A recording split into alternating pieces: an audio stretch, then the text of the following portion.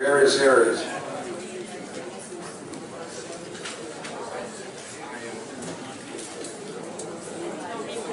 Yeah.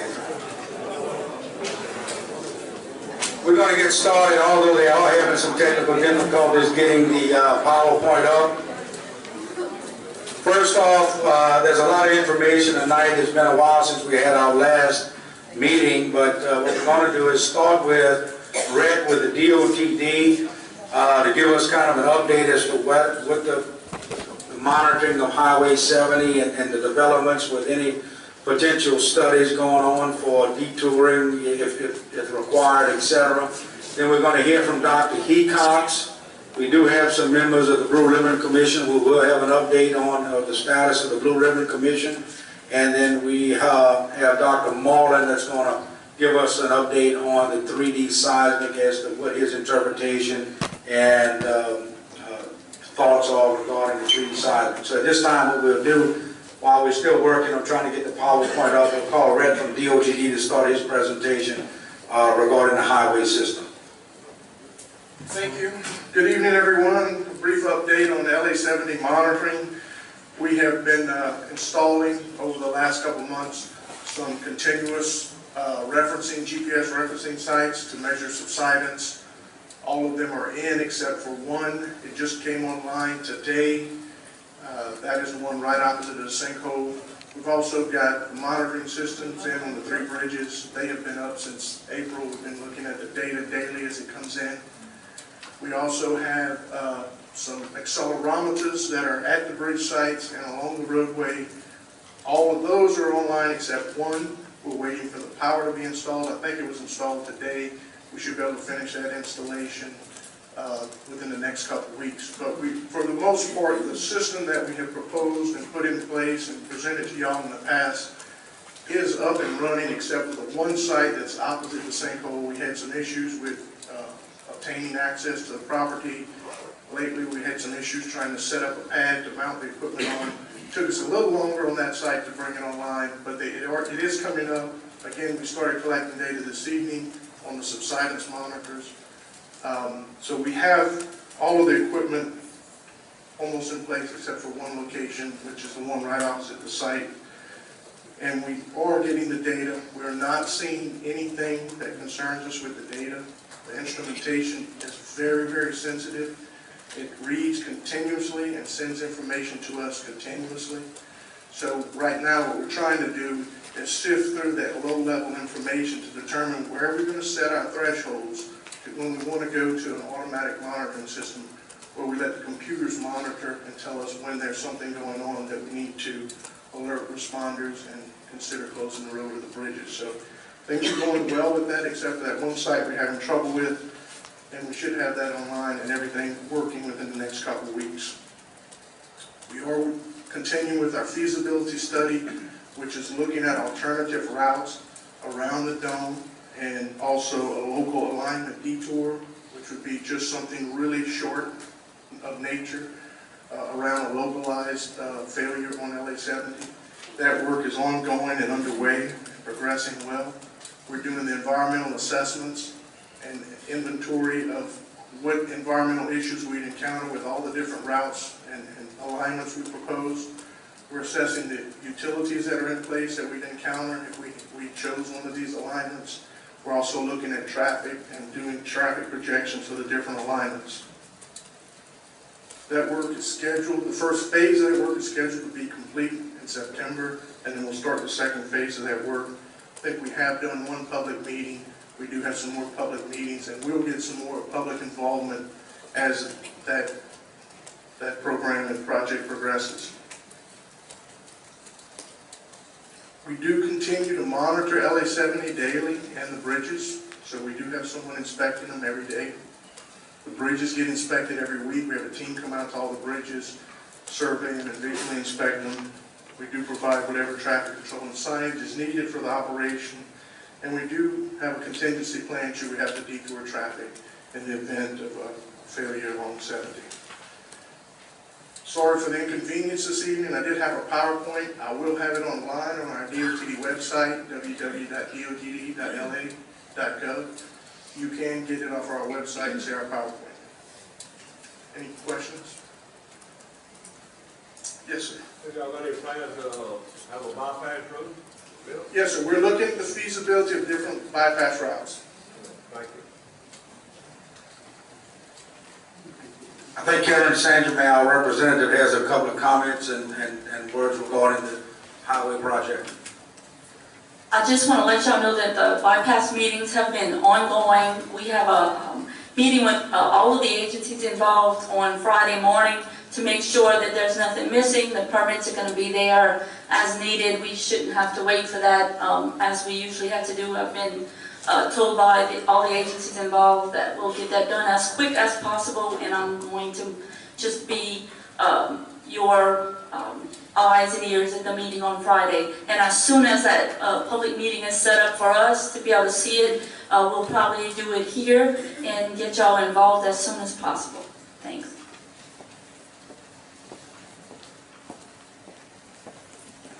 Dr. Hecox, I think he's been with us a long time and he's been kind of the managing director of a lot of these projects, at least from CB&I's standpoint, and he's also on many of the commissions associated with trying to resolve or trying to determine the extent of what we're dealing with. But Dr. Hecox, your update, please.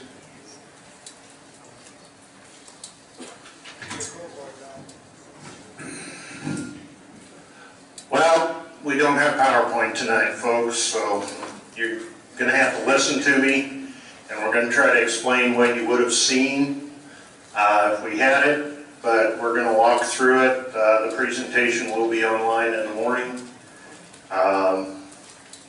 And Don Marlon's got the 3D seismic. Unfortunately, you're probably not going to see very much of it since it's kind of graphical. Anyway, tonight, Don is going to present his basic interpretation of the 3D seismic, and I want to tell everybody here the conclusions of what Don is seeing.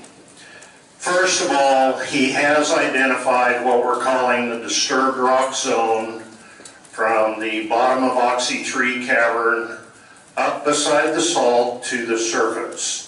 He's been able to process the Texas Brine data, and he is seeing a disturbed rock zone. So we do have communication from the cavern to the surface. Now, I wasn't anticipating this would serve the purpose, but to illustrate what this looks like, Deborah, can you come here? Well, I can't point and hold the mic, I'll drop something. If you would just point to the pieces. The disturbed rock zone, believe it or not, looks like an hourglass.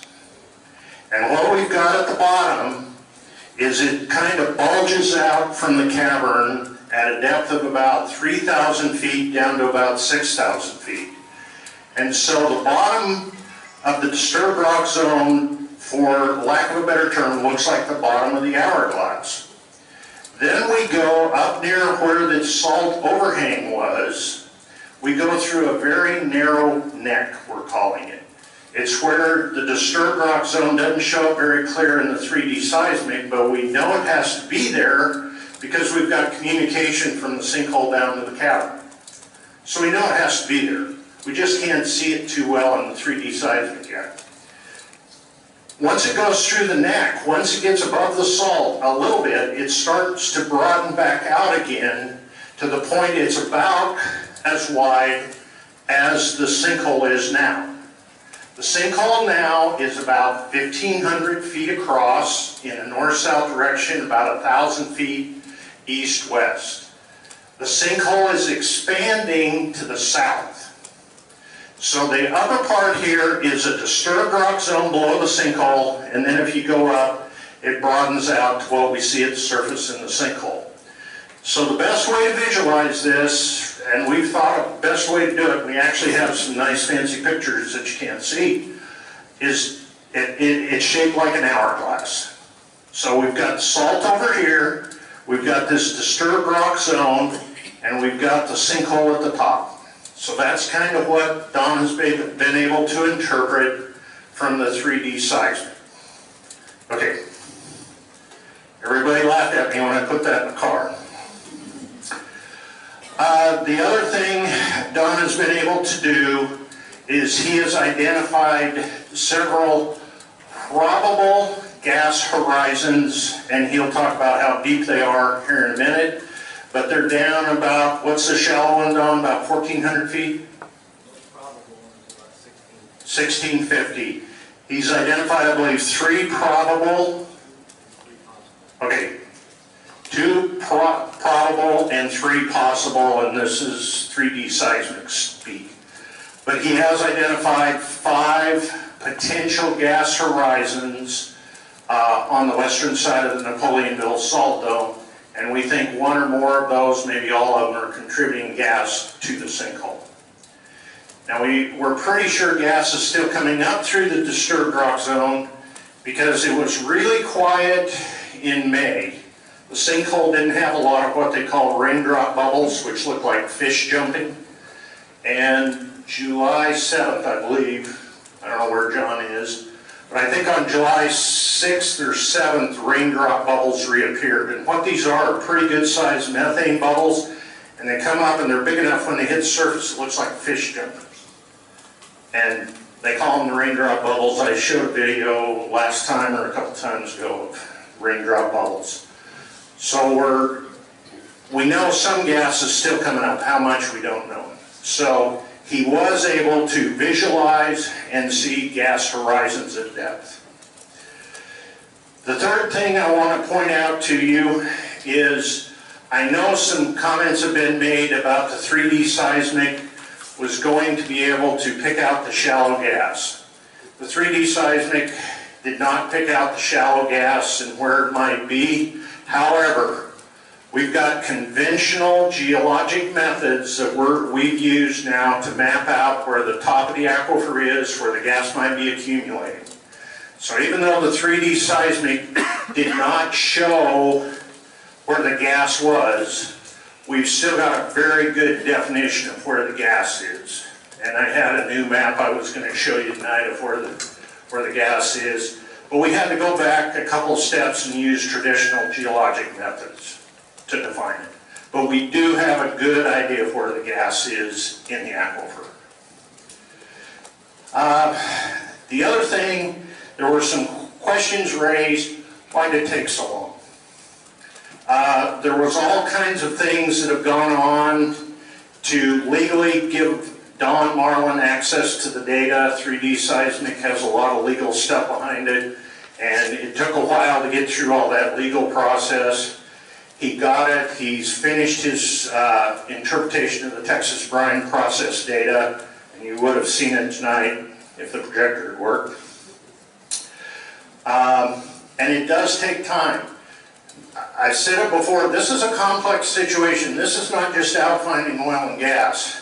We're trying to find the gas reservoirs, we're trying to image the side of the dome, we're trying to find the disturbed rock zone, and it's complicated and it takes time to get through that. Don has managed to get through it, and we have defined the DRZ, we've defined the gas zone, and we've got a pretty good idea of what the edge of the salt looks like. And I will tell you, best Don can tell from his analysis, the edge of the salt as of March of this year probably didn't move very much. I know we've discussed that in the past, but it appears the salt was not affected in the breakout, in the collapse.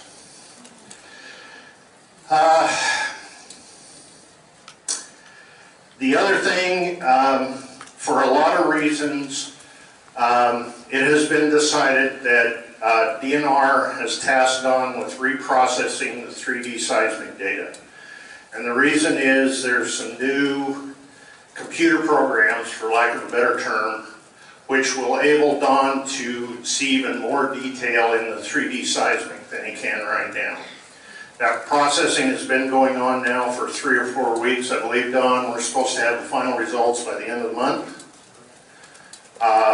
And the reason is it's kind of to sharpen the focus, for lack of a better analogy. You know, when your camera's out of focus, it's a little fuzzy. This will sharpen the focus. It'll allow Don to look closer at some of these features that are very small and better define what he's seeing now. And with that, Don,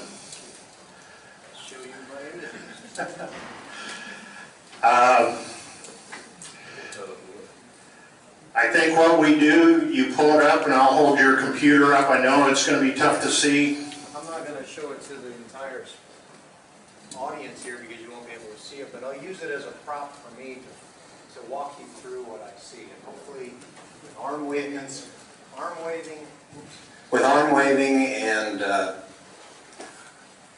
I guess you'd say auditory imaging, I'll try to explain to you what I've found.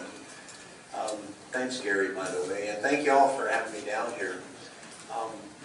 It's been a difficult study for me because this is really a hybrid scenario as an oil and gas exploration guy to look at such a difficult environmental scenario, and I consider it to be an environmental disaster.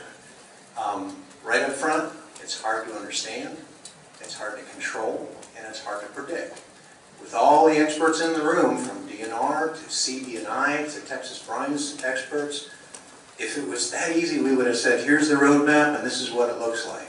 And I think from the very beginning, this was illustrated as being the 3D seismic is going to be the end-all, be-all. It's going to be a panacea. It's a tool. That's basically what I wanted to tell you. It's a very high-resolution tool for finding oil and gas with a little bit more commercial success, as we see offshore with the oil and gas platforms, oil and gas wells onshore. But even today, I'm involved with a project down in South Texas, 300 square miles of 3D, hundreds of millions of dollars spent on drilling for oil and gas in a resource play. I don't know if you know where that is, but that's where they have success well after well after well. 3 dry holes in a row. It's not a panacea, it's a tool, and I want to put that out up front. So I really had 6 points that I wanted to talk to you about, and I'm just going to look at my laptop and talk to you about them. And I'll walk you through as quick as I can, but also in as much detail as I can, and open the floor up for questions that you can just say, Don, what do you think of this? With regard to the first one, the evaluation of the sinkhole. Basically what I see, I know this is a prop, but we know at the surface we have a sinkhole, the lake that's formed above the sinkhole. And at the bottom of the sinkhole is a fairly shallow, water-filled basin of about, what would you say, Gary? What is the latest size of that? 26 acres? Yeah, it's about, in June it was 24 acres across. So you think about a 26-acre area, and below that area, better for me to talk with my hands.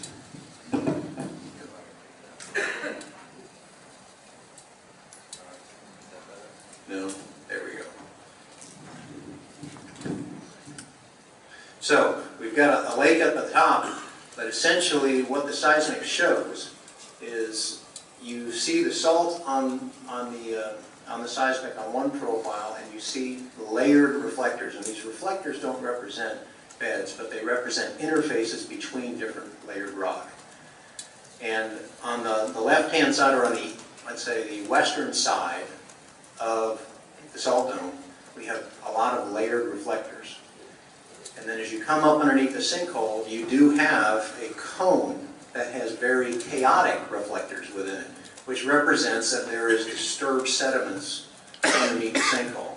We just don't have a lake and then just a neck. We actually have a little cone, and it comes down about 1,200 feet to a neck where it interfaces with the salt.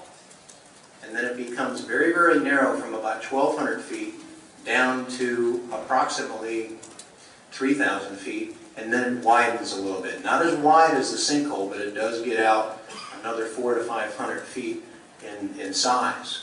So narrower at the bottom, a neck in the middle, and wider at the top. So it is somewhat of an hourglass shape. So the thing I wanted to tell you about this 3D seismic, it is a picture in time of what the subsurface looks like as of March 2013.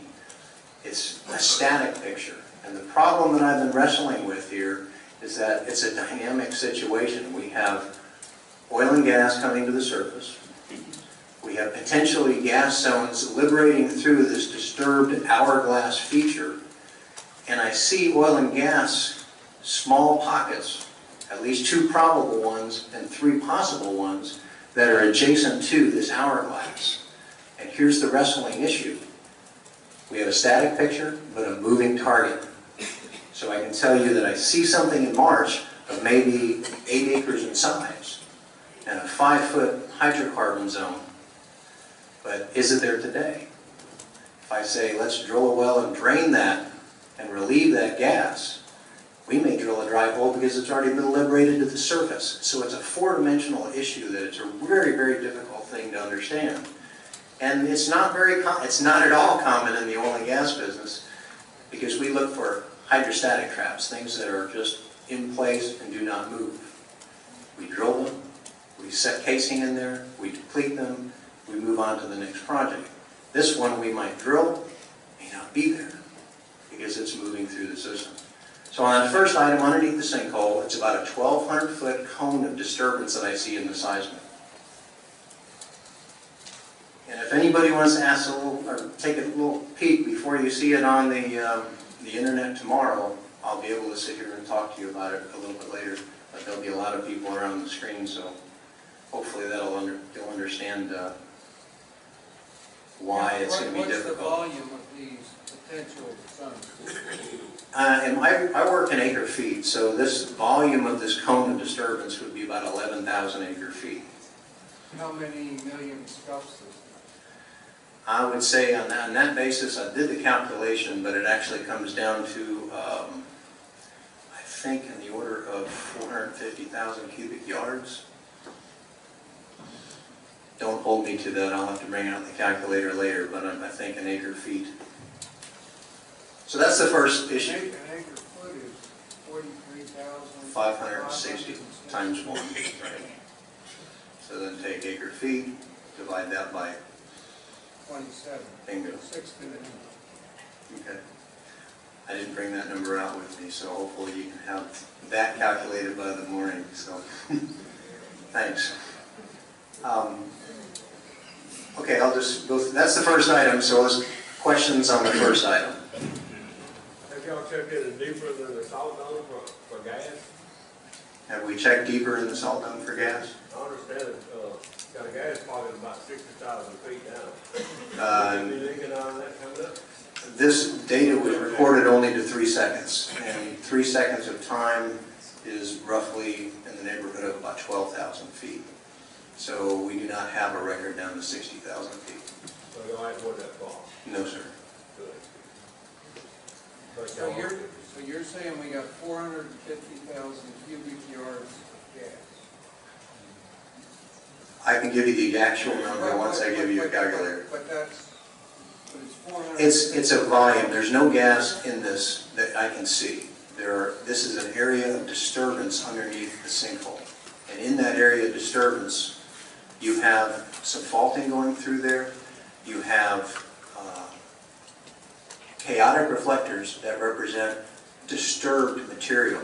There's nothing in the data, in the raw records or all the process data that I've been given from Texas Brine that would illustrate if there's any gas pockets in there. And again, I want to put in the factor that's a moving target. We know bubbles are coming to the surface and liberating and volatilizing to the atmosphere, so I cannot determine any pockets of gas within that cone, So just next to the disturbed rock Two zone. pockets? You were asking the volume in these potential gas zones, is that right?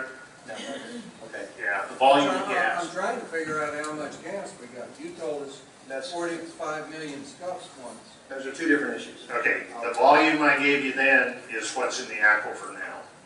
The number he's going to give you is his approximate range so far of what may be in these possible.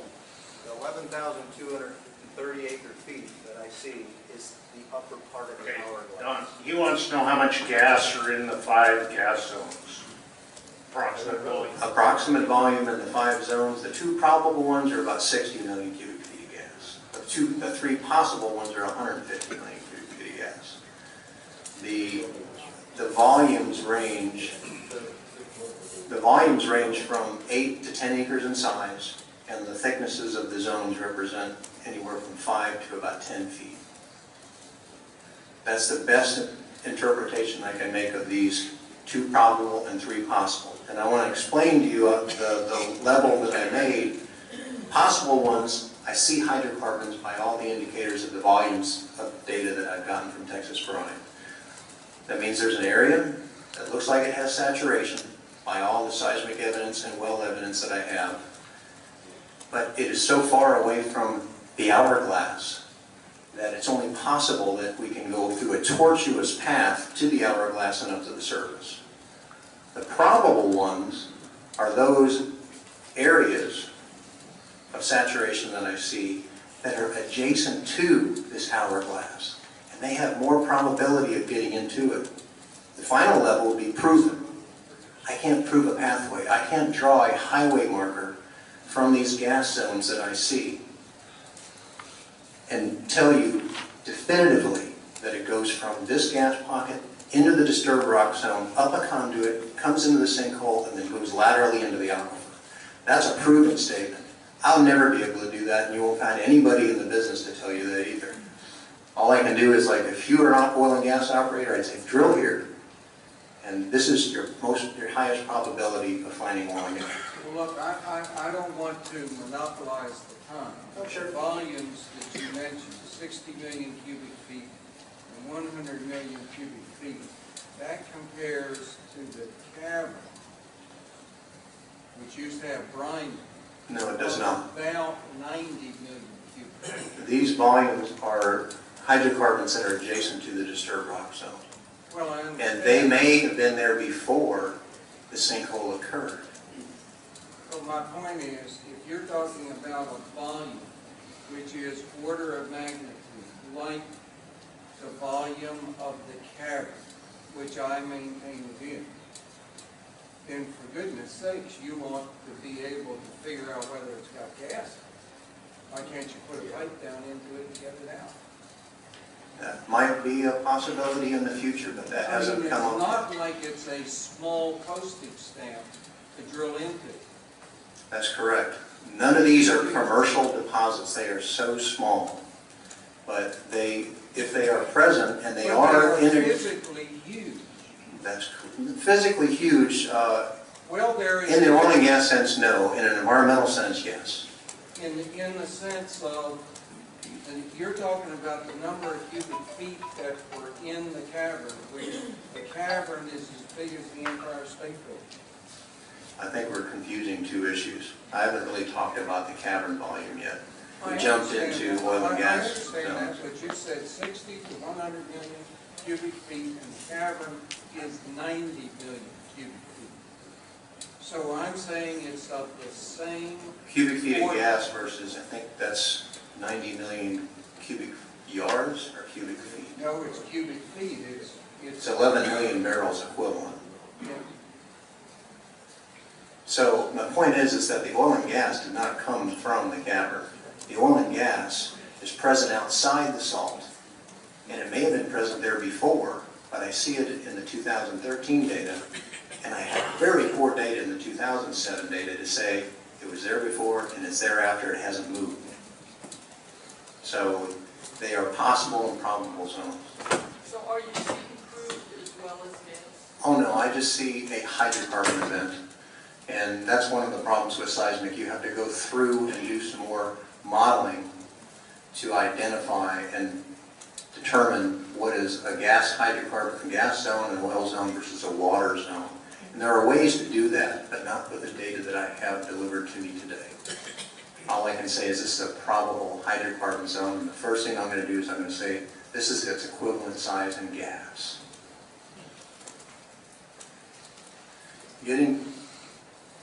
All right.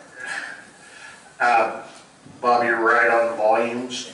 One of the things the Blue Ribbon Commission is going to look at now that we've got a good picture of the subsurface, that's We needed a good foundation to start with. Now the next step is to look at the viability of doing that. And so that is on the agenda. It's on the Blue Ribbon Commission list of things we're going to take a look at. And just the last point on this, the gas volumes. I have arbitrarily assumed a certain porosity, water saturation, and strictly gas, no gas-oil ratio in there. So there's a lot of variables that can change those volumes. But I hope with the new reprocessing, we can narrowly define it more. Item 2, just to jump onto it, the definition of the salt edge over time. Basically, I have 1/3 of a square mile data set that DNR was delivered to me. And this data set is what I would call low frequency and has a lot of unknowns in it. It was said to be a certain type of seismic volume. And that's what I've been using as the before picture, the 2007. And I'm comparing this to a high resolution, high frequency 2013 data set. Well, I can see the salt edge on the 2007 data set, and I can see the salt edge in the 2013, and I've made my best interpretation of where that salt wall is. And my best interpretation to date is that it's in basically the same position, 2007 versus 13. The only thing that's not in the same position is what is possibly in this disturbed rock zone, which we all know that exists, because there's a conduit between the Oxy 3 cavern and the sinkhole. That's a given from all groups. So I see the salt is in the same position, but with this liberated, disturbed material coming up the salt flank, that's where there's changes, not in the salt wall. Go ahead. Yeah, where it's small, you know, when it gets small out of that, where you say it's going through the salt? Is that what that ledge did this and then? Yeah, the salt in general looks, you know, it's very flat at the top, about 700 feet from the surface, and then as you come to the west side, it gets steeper and steeper, and then it becomes recumbent, and then it comes straight back down. That's a very weird bulge, and then comes straight down, and then below 7,000 feet, it fans out again. It's going through that bowl? Pardon me? It's going through the bowl? The lift part, you said it. Yeah, the salt wall goes right here, and the disturbed rock zone is outside of the salt. So it's like an envelope on the outside of the salt. Where the small If part the are, salt is right here, the DRZ is right beside the salt, best we can tell. It's not going through the salt, it's on the west side. it's small right by the salt. It's, yes. Right, it's a small envelope along the side of the salt wall. So the best I can tell is basically in the same position. So the salt has not moved. That doesn't mean that everything outside is not moving. We know that something is moving upward, and that's fluids and gas emissions.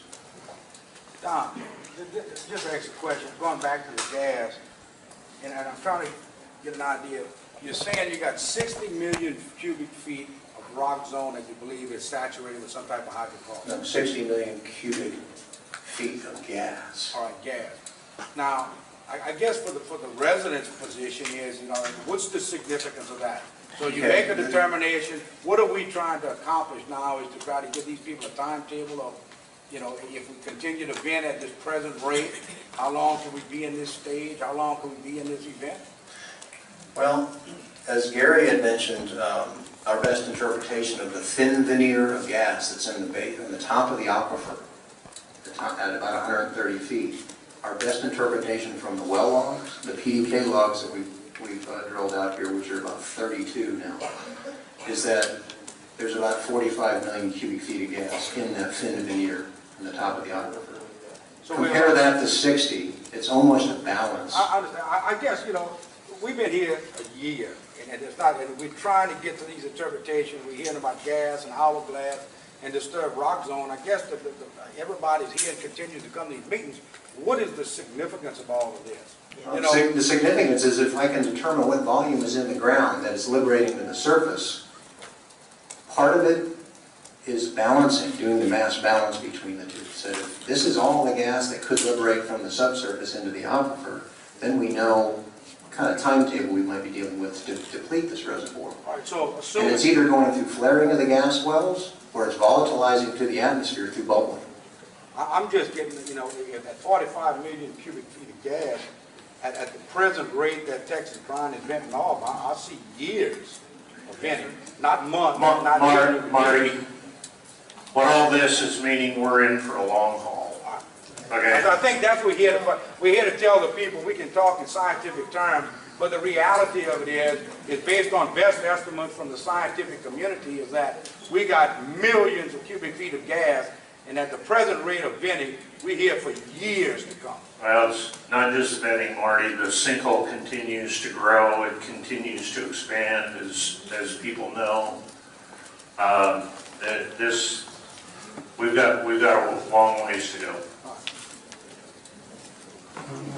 So why can't you just, with your latest, you guys get all the information, why can't you just one day sit down and come in and say, as of the latest flaring volume, this is what we have left that we estimate we have left, and this is the number of years flaring at the current rate that we're going to be here. I did that already, Nick.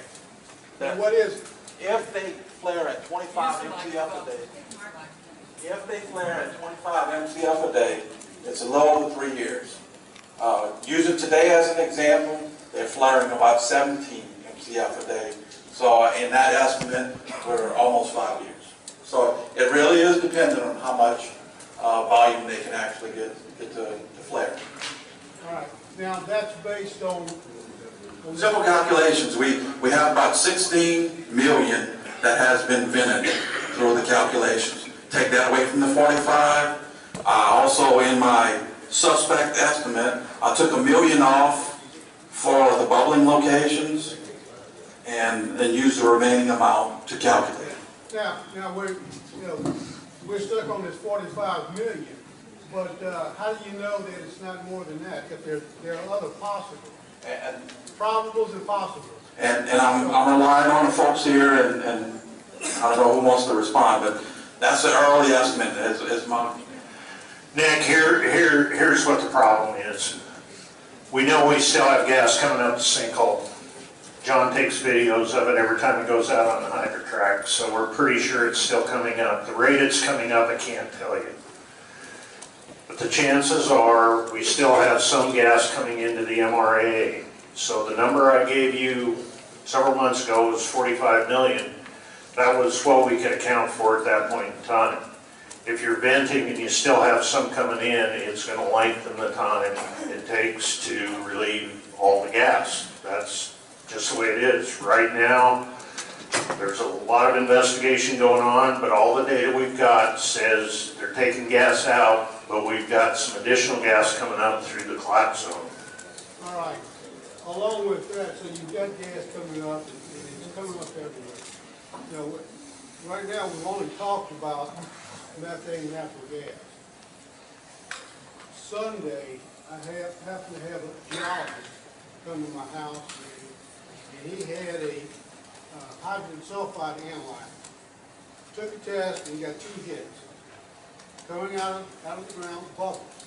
Now, there's 3 locations near me, and we all got hydrogen sulfide.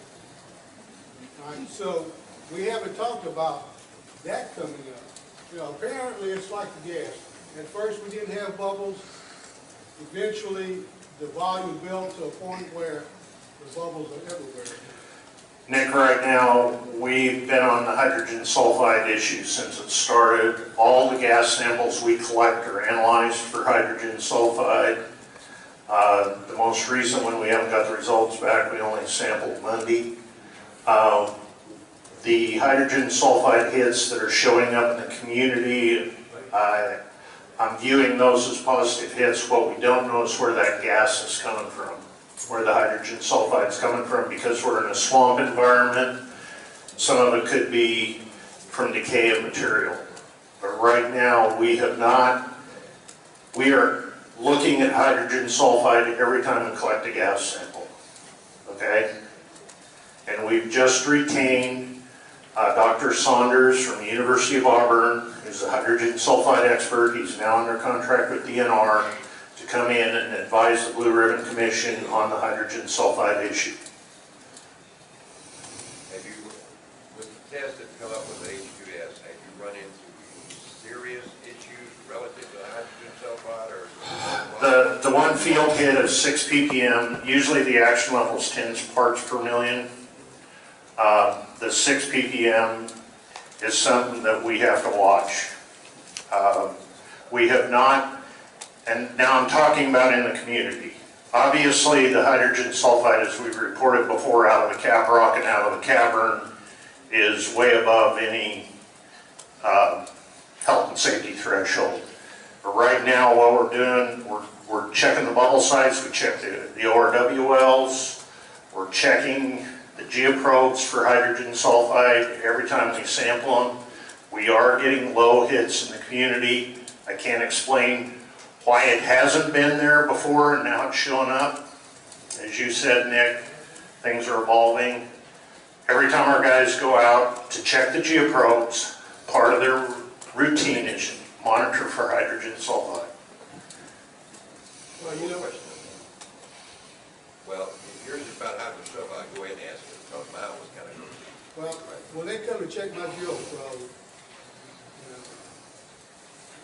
when I'm around there, they tell me they didn't get any hits from H2S. Okay?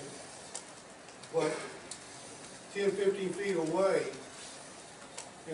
guy sticks a probe down there and he gets 2 hits. What kind of concentrations do you know? Oh, they're light. They're light. Yeah. But, didn't have anything before. I know. Didn't have bubbles before, and didn't have fear. Now didn't have hydrogen sulfide. Now it's appeared. Who's to say at what point in time that volume increases? Right now, the hydrogen sulfide below the community, the indications are it's coming from natural decay in the shallow subsurface. It's not coming from the cavern. That sounds like an excuse. No, That's not an excuse. And we just got to continue to monitor it. This is, it's strange to me that we've got H2S in that little area. All I can tell you, Nick, is we're going to be looking at it. We do have an expert coming in to help us out. We're looking at methods we can use to try to fingerprint. Hydrogen sulfide is much more difficult to fingerprint than methane is. It really, Doc, but it really doesn't, but Nick, it really doesn't matter where it comes from. From our perspective, from where it's at, it doesn't matter where it comes from. If it comes from natural sources or it comes from the cavern, it doesn't really matter. If you get to certain levels, it's a dangerous situation. You're right. So with the conversation of where it's fingerprinting, it really doesn't matter. Yep. From the resident's perspective. But what worries me is that, I sent it out and nobody came to the house. Nobody came to check. Nobody came to verify. Nobody. Today I witnessed a truck come by my house, parked. 3 guys did it. 2 guys get out, and they go, and they spend a little time, and they run back to the truck. So I go there and say, hey guys, how y'all doing? What's going on? Well, we're checking the bubble site, okay? So, did you get a hit? Did you get a reading? Did you see anything? Well, no, we're just filming. So he gets his cell phone and he's taking pictures, So I said, well, how can you see the bubbles with all the vegetation? Whenever the bubble sites were originally identified, there was no vegetation, the water level was high, and the bubbles were coming out. Now the water's dropped, vegetation is thick, you're not going to see anything. Okay. They spent, the little bit of time that they spent there, it was like, well, we can say we were at the site and we didn't see it. It makes you wonder as to the quality of what they're doing. Nathan? and then the gentleman got me. I wanted to ask you, getting back to the sinkhole diameter. Originally, I think at the first meeting, it was indicated that probably the maximum it would get would be 1,400 feet in diameter. Are you still holding that figure? Or is that changing somewhat? Well, right now, what's happening, And one other question that you can address to me.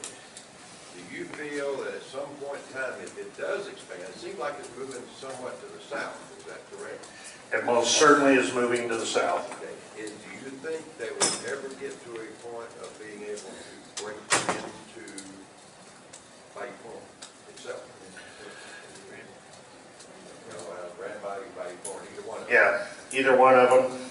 Right now, because the sinkhole is starting to develop this elongate shape, and what's happening is it's following the edge of the salt to the south. And if we could show you the pictures, you would see where the sinkhole is expanding now is right above the deep disturbed rock zone that Don Marlin just talked about. And we think that's why it's growing to the south. Look at the overflight videos, the last one. You look to the trees to the south and the south berm, you can see the dead trees.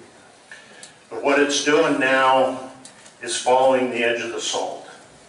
To answer your first question, the Itasca boys are back recalculating what we thought the maximum diameter could be because it's no longer circular, it's elongate.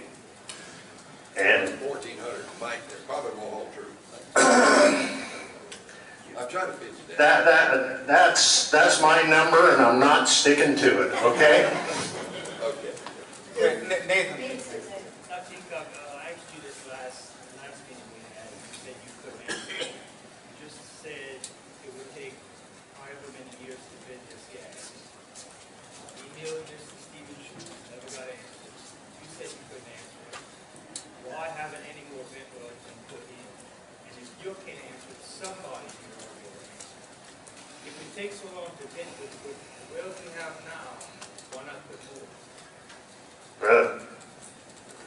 This probably isn't going to be a real satisfying answer, but right now we need to figure out a better way to get the gas out than drilling wells every 50 feet. Okay, that's obvious. And what's going on right now, RESPEC is trying an enhanced vacuum extraction method to remove additional gas, but I can assure you that the vent well performance is near the top of the list of everything else we're dealing with. We have to get better wells out there that remove more gas and are more effective. Here's an idea for you. These wells appear to be unable to produce gas from my layman's perspective because you've got too much water going into the casing.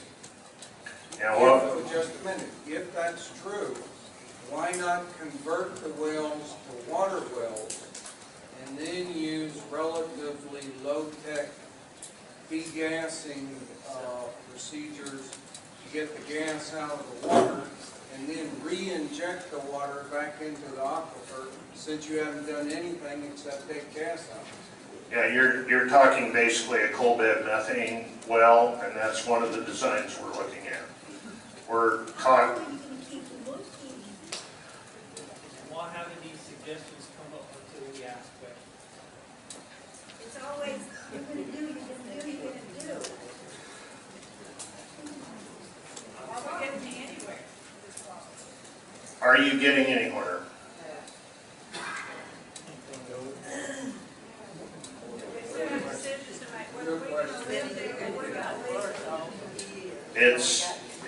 It's pretty difficult to see a lot of rosy pictures right now. Why don't you just come out and tell us the bottom line? I mean, you kind of like, you're real hesitant, you don't want to, you know. No. Just tell us, we want to know, I do not have a crystal ball to tell you what's going to happen in a year. Like she said though, you know, some of us are on the verge of signing contracts right now, trying to make decisions. This meeting means a lot to us. We need to know answers. Okay, Not that you're looking into stuff. I can't make up answers that I don't know. You know, y'all didn't want to tell us how much gas there was. I mean, it's like we had to What do pull you it mean out of... I didn't tell you how much?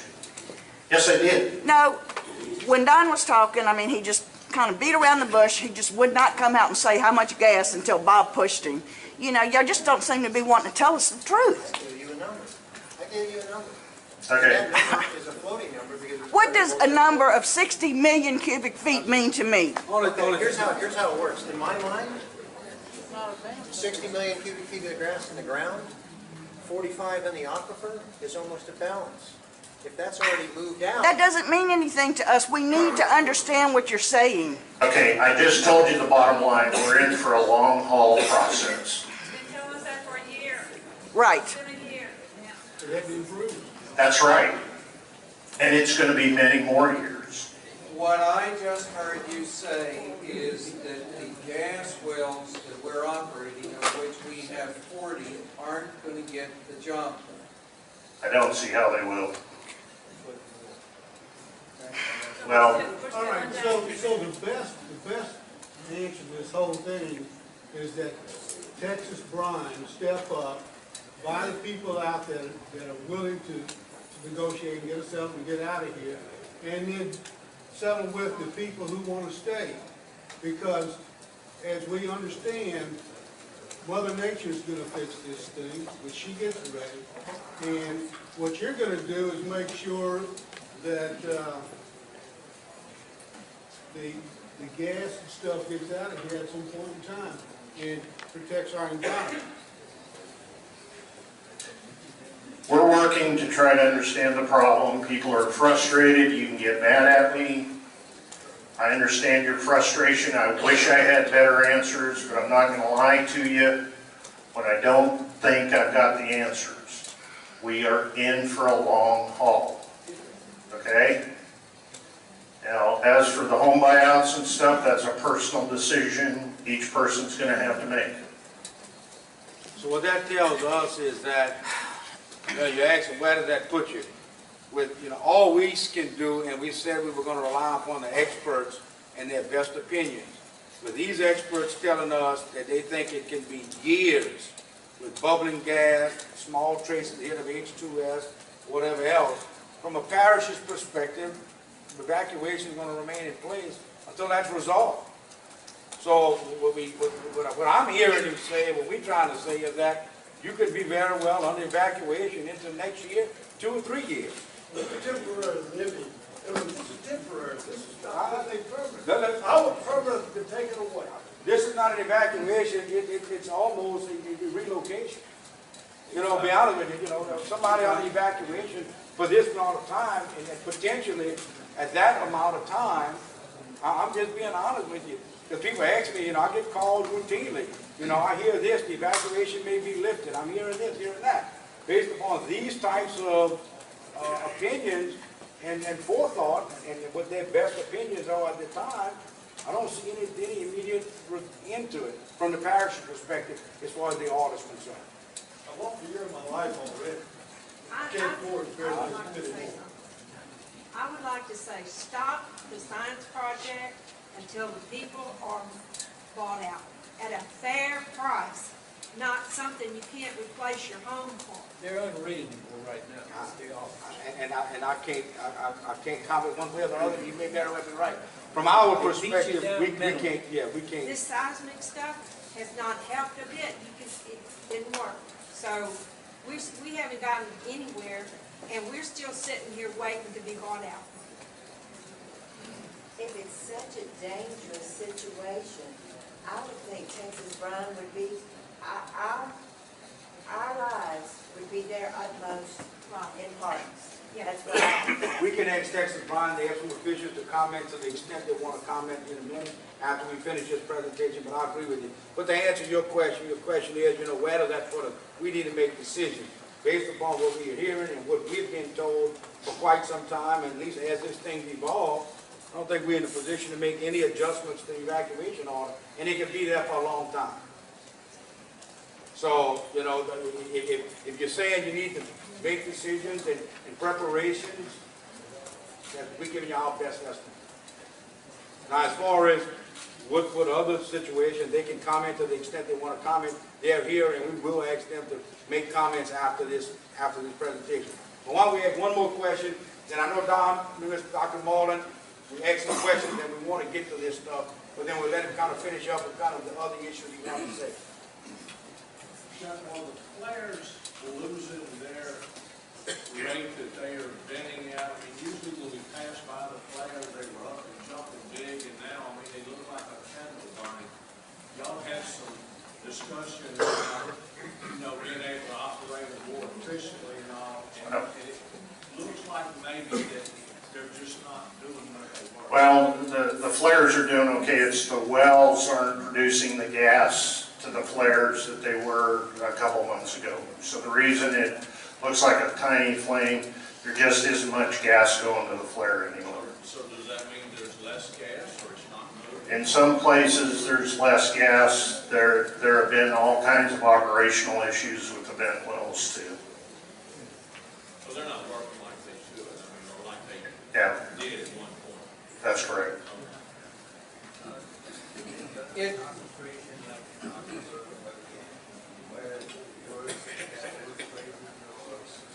Yeah, I had a new map. We've got a pretty thick gas body, unfortunately, under the community. Well, in the back, we don't have a lot of data. I can tell you one of the thickest gas intervals that we've seen over there is one of the wells that was put in by the boat dock. Yeah. We do have gas in the back, the BC2, which is a well that's behind the wooden fence. That one has had very steady pressure since it was put in last year. We'll let Mr. Marlin, Dr. Marlin finish. I have to correct that, Marty. Thank you for the honorary doctorate. All right. I'm very much thankful for that. And one of my old professors here, and he's going, "Where did you get that degree?" There you go. That's my professor. Thank you, Marty. Just two more quick items, because we jumped around and covered a lot of the issues that I was going to talk about. The other things that you read in the PDF or the online report, wherever it goes out, will be about the Big Hum Reservoir, or the old wellbore that was drilled back in 1986 and produced in 2001, abandoned in 2010 by the state. That well was above where the well produced. So I don't think that that is a very good culprit for the hydrocarbons coming to the sinkhole. So that's a summary of that. And there's some illustrations for that also that you'll see. And then finally, I am doing some reprocessing of the seismic data set. Just like you would get a second opinion from a doctor, from a market analysis, from a financial analyst, to make sure that we have an independent review of the seismic. I'm having a worldwide group of geophysicists in Houston do the reprocessing of this data. We have experts in the area of every aspect of seismic processing. And I'm trying to enhance the look of the salt, trying to enhance the look of the disturbed rock zone, enhance the look of this disturbance zone underneath the sinkhole, and also enhance and refine the gas culprits that are against the salt. And the preliminary work that I've shown, or done so far, is that I have done that. It's narrowly defining where that salt is. Not that it's going to move any, but everything is becoming clear. It's almost like I see a red car in the distance, but now I know it's a red Camaro. So that's what I'm seeing with this new work. And it's not new computer work. It's new proprietary algorithms for seismic processing. And I apologize, I'm not beating around the bush. I'm being as direct as I can, hitting every aspect of this and wrestling with this project. My dictate has been to understand the subsurface, interpret the seismic, and help CD&I, MD&R understand where this gas is coming from. And I see some gas that possibly could be liberating itself to the sinkhole and into the aquifer, and I'm trying to put some sort of, some volume to it, some actual physical numbers to it, so that they can take a look at this, the Blue Ribbon Commission, and give you a better idea of how long it's going to take to mitigate this problem. And I want to just reiterate, anybody that looks at this, toss me out of the room, bring another guy into it.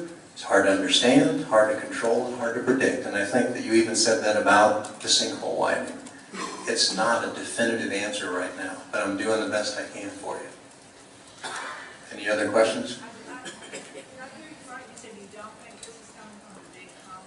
No, I do not. I think that that's probably a least likely culprit at this point. I think the sources are shallower.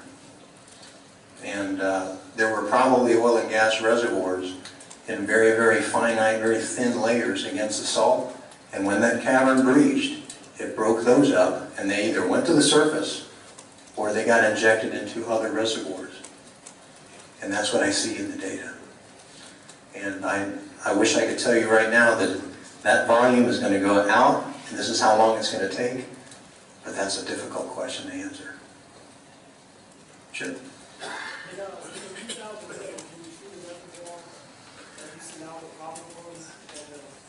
Yeah, the 2007 data set is very low frequency.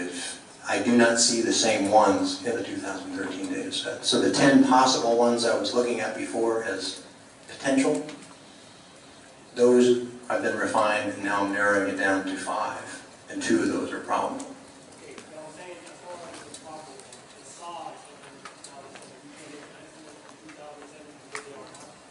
No, the data in 2007 is pretty inconclusive. Now, apparently we have got a hold of more data that we can compare and make more apples to apples comparison. But right now, what I have and DNR has been supplied with is poor quality versus the high quality we have now.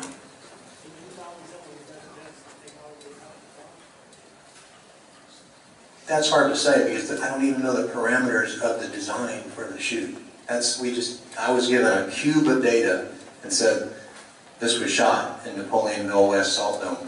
The coordinates made it fall there, but I don't have any other data to tell you about the acquisition other than it's twice the grid size, the bin size, the resolution of what we have today. Like all the trees itself, can you tell what it's on? Pardon me? All the trees itself, the smoke that fell? Oh, no, the 3D doesn't see anything on the surface. Matter of fact, there's a gap in the data, the new data that we have from about 0 to about 250 feet. So that's why I cannot make any direct interpretations of the aquifer or the aquitard above it. That's true. That's true. Two questions. Right. In your analysis of the 3D, can you see the opening in the dome, where the opening is, where the communication is between the cavern and the outside? Is there a hole? What is it? No, cannot. That's a very, very difficult thing to determine. The best I can tell in there is that you have a probable zone at 5,000 feet. But what that zone, if that's actually a breach point or something else, you can't say that with any definition. So I can't find a hole, if you want to say. There's no finger I can put in the dike and say that's it. And just to be clear, with this probable 2 zones, you're saying that the hydrocarbon zones, but you can't see yet whether that stuff is actually traveling up through the disturbed rock zone. No, it's very, very close to the disturbed rock zone, and I cannot say that that's a proven pathway. So this is why you can't say whether it's just going to be the 3 to 5 year estimate that John is talking about, or even much longer, if those 2 zones are also feeding into it, so that you're multiplying the amount of gas. I mean, you're talking about a zone at 2,000 feet and 1,500 feet that have to go through a really tortuous path, very, very low porosity permeability, and it trickles up and it finally gets into the sinkhole, volatilizes to the atmosphere, or gets injected into the aquifer. So it's a slow moving volume of gas and hydrocarbons. Does that answer your question? Yes, sir? Oh, sorry, I keep missing you at the front. Mike, go ahead and let him go. Yes, sir. Sure. Over the cavern, you'll ever figure out why it's dropping now and it's not coming up? I'd say I have to push that one on to Gary. That's internal stuff. Internal salt. Let's answer that. There was a lot of questions regarding that. And the question was, is that when they were tagging the top of the cavern, or at least as the cavern filled up, and then all of a sudden it dropped. So the question is, what may be causing that? What's the problem with that? We'd like to, Dr. Hecox to expound on that. This is going to not satisfy you, but we honestly don't know. We have talked to some of the leading experts in the world as to what could be causing this. We don't know. Nobody's ever encountered anything like this in the history of mankind. Okay? I'm not kidding. What's going on with that cavern, where it's going up several hundred feet and then down several hundred feet, we don't know if it's some equipment issues or there's something going on in the cavern we don't understand. The pressure in the cavern continues to slowly increase. It's up now almost to 600 psi at the wellhead, and that's brine pressure, not gas. The bottom, I had a graph showing how it went up in April, May. The peak in April was about, Brad, I think about 100 feet from the roof. And then it stayed steady for a while. And then the last 4 or 5 tags, it's fallen 200-300 feet. We honestly don't know. And I don't even have a good hypothesis to tell you.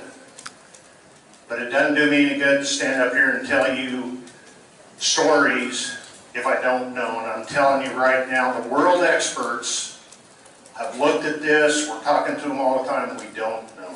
But you disagree that it's compaction then? Some of it's probably compaction. You can't compact 200 feet of fill in a week. It just, the mechanics, the Itasca boys have looked at that, and it's all but physically impossible to compact like that. And then this last tag it went back up. So there is compaction going on, we know that, but that doesn't explain the big changes. Now the cavern hasn't produced much gas for probably 6 or 8 months.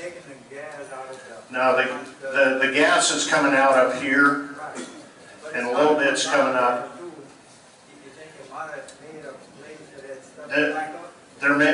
There's things going on in the cavern, we don't know what's causing it. Okay? That's all I can tell you. I wish I had an answer. We have talked about it. We don't know. Is it possible that all the fresh water that's getting sucked into the hole could be really more salt and making it actually bigger for you to be losing your pool? That's something we're looking at right now, is freshwater circulation in the disturbed rock zone. Right now it doesn't. It appears that the deep fluid pressure, the deep water pressure at about 5,000 feet is high enough that the water flow should be up through the DRZ. But it's not, it's going in. Well, the bottom of the sinkhole has a very high total dissolved solids. At about 150 feet, we have very high total dissolved solids. And we think that's because there's a lot of formation water and stuff coming out. So you don't think it's eroding more of the salt? Right now I can't say yes or no, but that's one of the things we're looking at with the additional data we're collecting. We have not discounted that, we haven't confirmed it. It's one of those things we have to be looking at. And I understand that once you get to a certain amount of salinity, that it's going to stay below the fresh water. Yeah. But like when they had the breach in the levee, and the water was actually going into the hole, that's going to make it less salty and be able to erode more salt. Right. And one of the things the Blue Ribbon Commission is doing, we're going to collect detailed water quality in the sinkhole to be able to help us answer the question you just asked. Well, would that water get into the aquifer? The water that went over the breach? The water that's going sinking into the sinkhole itself, yeah, when the leather. The water in the sinkhole, we are starting to see it show up in at least one of the water supply wells.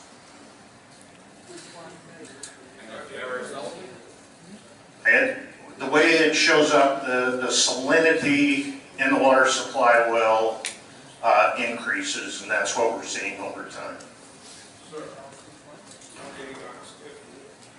It's one of the Oxy wells.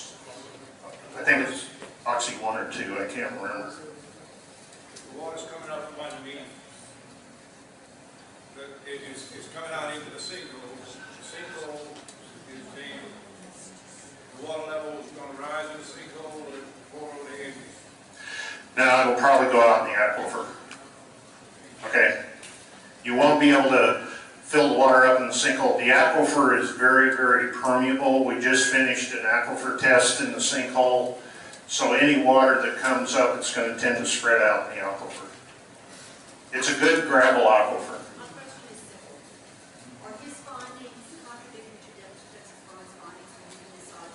In a number of areas, we do not agree. If our findings agree with Texas Brine.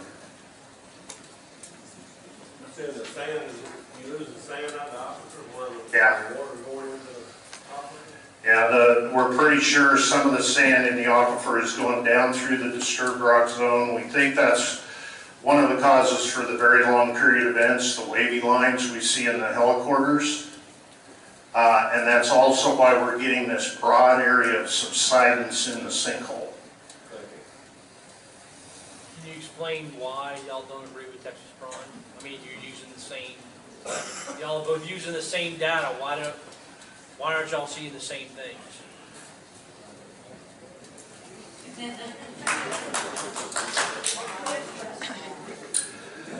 I think it's different interpretation. It's different analysis of the same data. And here you're seeing some of the problems with geologic data. You can have it interpreted by two people, and you may come up with two different answers. It is not a 3D picture of the subsurface. You have to interpret what you've got. Just to add one question to that, or response to that, both Texas Brine and we, see a disturbed rock zone. They call it a vertical riser along the salt. It could be a straw, it could be something 3 inches wide with infinite permeability. It's still disturbed. I see something wider. Itasca saw something wider and we revised it to smaller. So we all believe and we know that there's a connection from the Oxy 3A relief well through the cavern up along the salt to the sinkhole. Simply put, we just have different views of what this disturbed area looks like. It's either a pipe or it's a little larger area. So that's a distinct difference of interpretation only. But how did they not see, Texas Brine's expert, or that read it, not see 60 million cubic feet of gas? I mean, how does one person see that and the next person doesn't?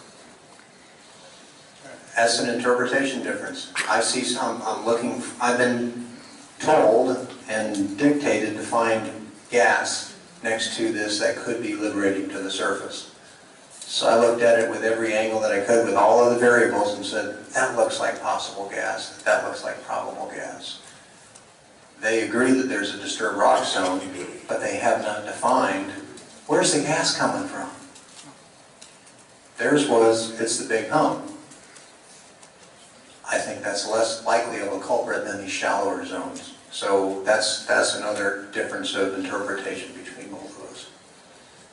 Did you find any voids? No, sir, I did not.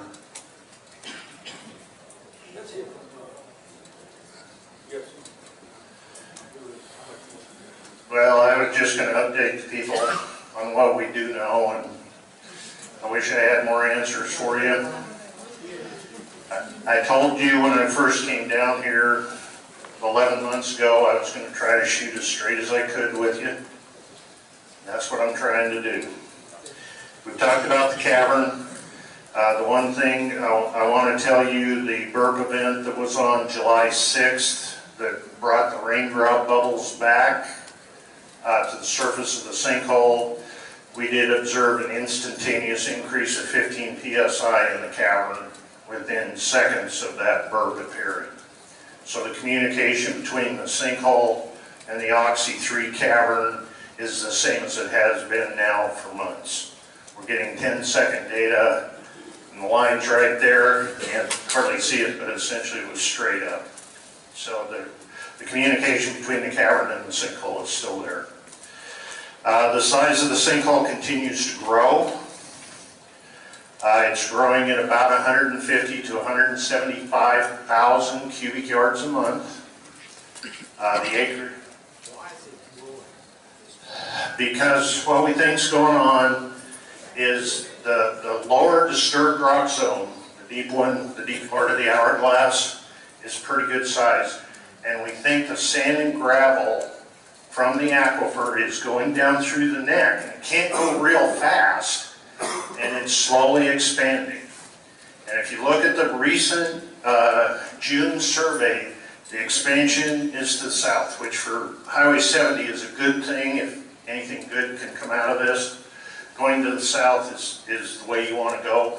But we think the sand and gravel's going down this very narrow neck, and that's why it's slowly expanding to the south. What is this sand gravel going in? Going into the broken rock down below.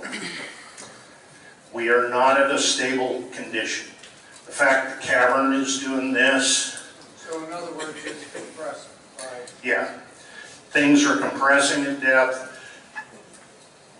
You see the seismic alerts every day. We've been 1, 2, 3. We go 1, 2, 3. That's because things are still happening. And all this stuff is going on. It's reflected in the seismic. It's reflected in the sinkhole. It's reflected in the cavern. And it's going on. And so that's kind of why the sinkhole is expanding to the south.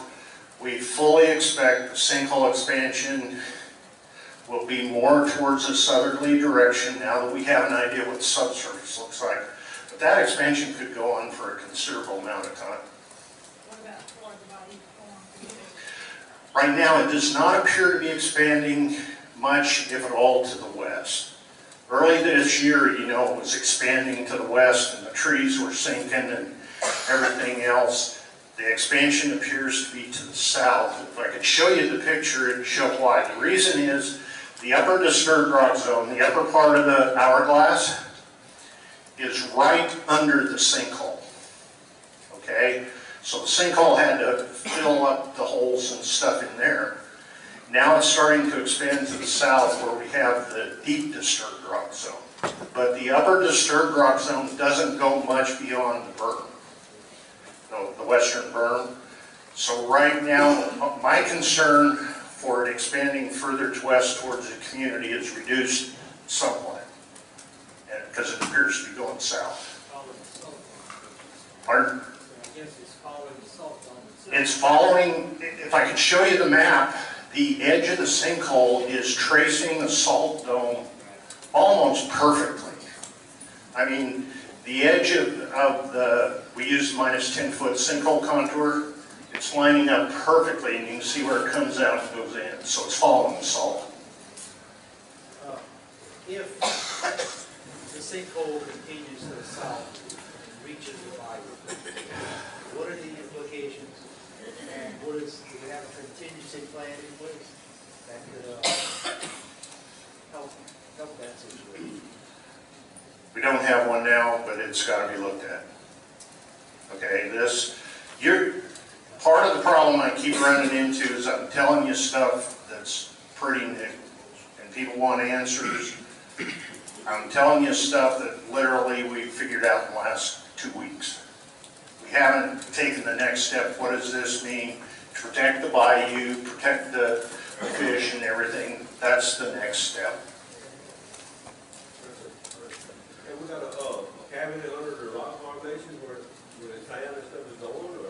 Now, we think what's going on, the deep rock was broken up when all this started, and now the sand is going down and we're getting compaction of the broken rock at depth. Think it'll stop the gas coming up? I don't know. I hope it will, but every time I try to make a prediction like that, this situation kicks me in the backside. I asked you the question earlier, if it would break into, if it may break into Bayou Corne area, and somebody said Grand Bayou. But you gotta realize Bayou Corne runs on the south side, turns and runs on the south side, and then cuts into Grand Bayou. Oh, I know. On the south end, I'm sure you do. But you kind of keep referring to the west side, but it's moving south, so that tells me Bayou Corne's down there on the south too. So Yes, it is. Potentially get there. You know? That's, now that we have an idea what's going on with this changing situation, we have to adjust what our response actions are. Was there not talk of extending the south berm, and is there any point to doing that? There's talk, and I honestly don't know what status the berm discussions are. I'm sorry. I'm just not involved directly in the berms. Maybe Texas Brine can tell us? You know the maximum depth of the sinkhole? Oh boy, thanks, John. No, we don't. More than 500 feet. There's an area that's more than 500 feet that I tagged this past Friday. We are going to make an attempt to try to actually tag it along with tape measure. There was went out with the Texas Brine contractor, Miller Engineering. They used a cable rig, and it was late in the day. They had some issues trying to get measurements correct. We ended up stopping yesterday afternoon. So I can tell you my tag Friday is more than 500 feet, and we'll try to do it again, and I'll post that once I get it. And because of this, we're getting John a 750-foot tag line.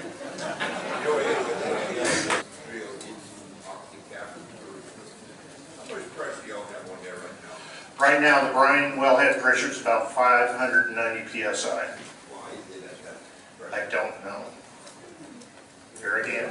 It's got to be producing gas. If you put No, it's not gas. They open it, it's all brine. How long do they open it for? They have tried to, the max they float out of that is about 40,000 barrels, which is a lot. And they closed it in and the pressure went right back up. This is brine pressure. So what's producing it? We don't know.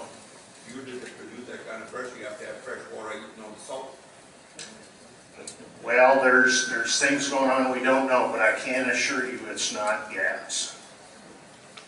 That's part of the thing we're looking at in the Blue Ribbon Commission with regard to the cavern. If you took all the questions you people have asked here, and they're very good questions, our experts are asking the same ones. We don't have answers right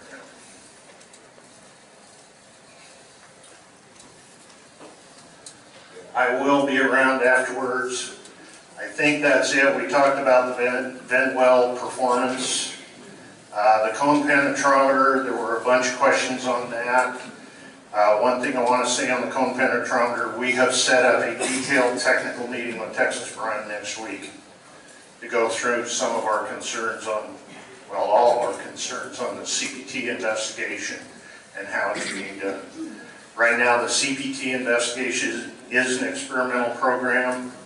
DNR has not approved it, and we are meeting next week with Texas Brine and the Tetra Tech representatives to go through some pretty serious technical questions that we've got about it. With that, I want to thank Dr. Hecox and Don Moore. They have an enormous task ahead of them. They have been as forthright as they can about it. I want you to know we rely heavily, John relies heavily on what they have to say. And for the calls that we make, we rely upon their opinion, and we ask for their best estimate and best opinion that they can. With that, you know, the status quo will remain, the evacuation will remain in place until we get word from them. But as many of you see, that we are in for a long haul and don't anticipate any changes in those orders anytime in the near future. As far as LA 70, those are the ones that are concerned about LA 70, we all are. And And as long as the DOTD monitors are picking up that there's no movement and there's not a threat, you know, the goal is to keep 70 open, but they are working, I know Karen and Rick Ward, they're working with the highway department to come up with temporary detour routes and potentially other issues to address that situation if it arises. But as of right now, our goal is to hopefully keep the same route open and viable for years to come. At this time, we do have people from Texas. Go ahead. I have one question. You just said DNR has not approved the CPT's improvements. So why was it allowed to be done? Texas Brine is a responsible party. Saying that DNR is in charge. DNR is supposedly looking for the safety of the community. And if it wasn't approved, why would it just do it? Because Texas Brine always does what they want to do. In the community. What's the question? The CPT test is a test. The question regarding the CPT probes, etc., that Texas Brine had started a protocol to do that. There was some community residents expressed some concerns. I think there was some concerns with some of them. I'll let John weigh in on that briefly. But, you know, from the parish's perspective, I think John did issue a cease and desist order from any further CPT activity on parish right away to further information can be provided. But I'll let John talk about that briefly. And then we do have Texas Brine, I think, is going to talk about that and their update on where they're at on the activities that they're conducting. As most of you may be aware, there was a CPT operation started, and there was one that was placed this past week on Sauce Pecan near the beginning of the street. And it was reported late last night to me that there was a corner-sized hole in one of the grout locations as well as bubbling coming from it.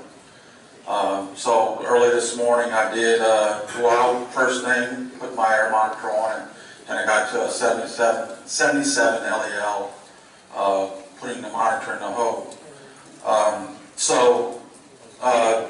Then wrote an email to Texas Brine and their folks, basically ceasing operations on all parish right-of-ways, and did indicate they were in the process of doing one to complete that one today. But from this point forward, to cease the CPT operations. We did ask in our Unified Command Group meeting that that the Blue Ribbon Commission, and we hadn't officially spoke to the Blue Ribbon Commission, so this is news for them, but for them to evaluate CPT and its effectiveness. The next thing is if the Blue Ribbon Commission would concur that it is an effective tool, then they would have to address the safety issues. And the third thing we told them is that they also have to address it from a public relations issue. I think that's one thing that we want more work to be done on in all areas, not just the CPT. So as of right now, they have a cease order. CPT operations can continue everywhere else but the residential area. And I'm sure I'm going to have to define what is the residential area, but I'll get that to them tomorrow. This time, anybody from Texas Brine wants to weigh in on CPT or any other activities of Texas Brine on their property and the ongoing response effort?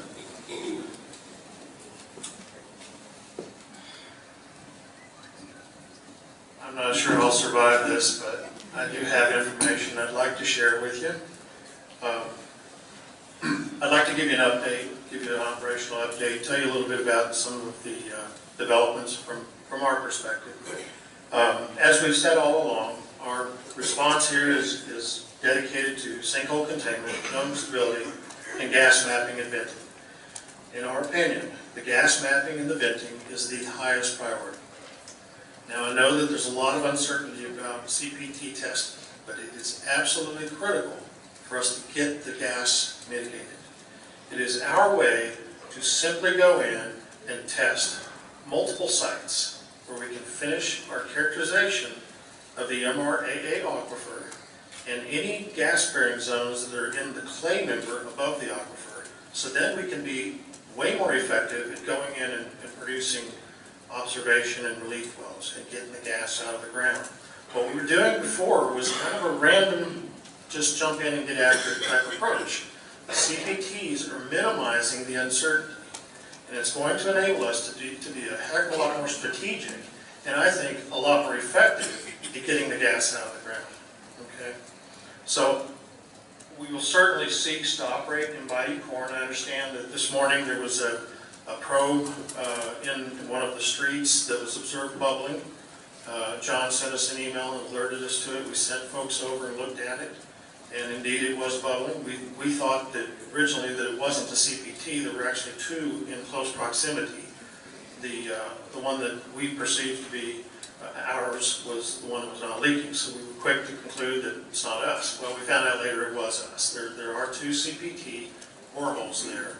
One of them was bubbling this morning. I think it may have had a lot to do with the rain last night. It may be because the cement that was used to plug the hole had not set up completely, but I can assure you that when I went by the site at 2 o'clock today, I've got a photograph of it, it was not bubbling. Okay? But at John's request, we will shut down, and we will wait a week, 2 weeks, 3 weeks, however long it takes for the VRC to come back and let us resume operations. But I can tell you folks, the quickest way to get this behind us is to get the gas out of the ground. And it's in your interest and our interest to do that as quickly as we can. And so we need your cooperation. I understand there's a lot of uncertainty. If you have any questions about the process, we've got folks here tonight that can answer those questions. I have a question about CPT. I was told by one of your people, I just soon not give his name, but I will if you insist. I was told that when they grounded after making a penetration for CPT, that the ground would consist of 95% Portland cement and 5% bentonite. And the bentonite was in there because of its tendency to expand in the presence of water and to help seal the hole. Now, anecdotal conversation with the crews have verified that there is no bentonite involved. Now, I have no idea whether there needs to be 5% bentonite or whether there needs to be 50% bentonite. But if a responsible Texas Brine person is telling me it's supposed to be in there, and crew is telling me that they're only putting pure Portland cement in the hole, and when I can look at it and the only bags lying around say Portland cement, then I have to conclude there's a disconnect there. Do you have any idea what the right answer is? I cannot speak to that specifically. I do not even know the exact chemistry of the grout that's used for the abandonment. I know it's predominantly cement. And folks, I will tell you that we've installed 42 of these, and to my knowledge, this is the only one that's leaked. I'd say that's a pretty good record. Well, that's debatable. I agree, it shouldn't leak at all. And we're going to do things. We're going to do things to make that problem go away. But we got 41 of them right, and every one of them that we put in the ground is helping us to bring this to an end. Why did your responsible party tell me that the mix was supposed to include bentonite, and there's apparently none being used? I can't answer that. I'd like an answer. I'm not going to make an answer up. I understand, but I think you understand what I'm saying. I'd like Actually, sir, Bob, I don't.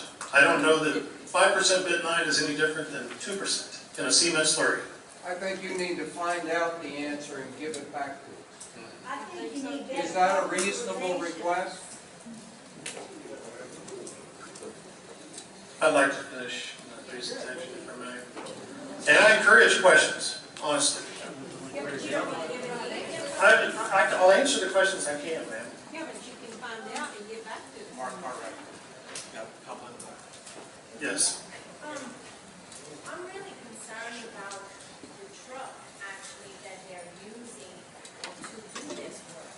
If it's breaking down on the side of the road and spilling hydraulic fluid onto the road and into the yards, then if the